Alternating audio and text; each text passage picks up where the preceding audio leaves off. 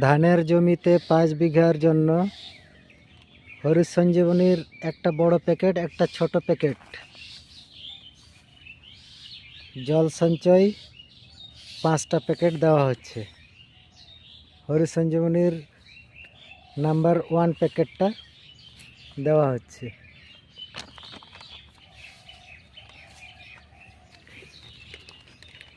একটা বড় প্যাকেটের হরিত সঞ্জীবনীর নাম্বার 1 আর একটা ছোট প্যাকেটের হরিত সঞ্জীবনীর নাম্বার 1 দেওয়া হচ্ছে।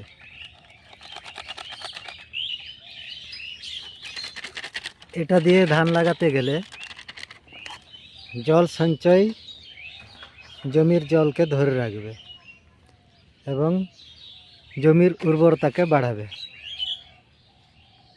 আর ধানের ফলন 30% বাড়াবে।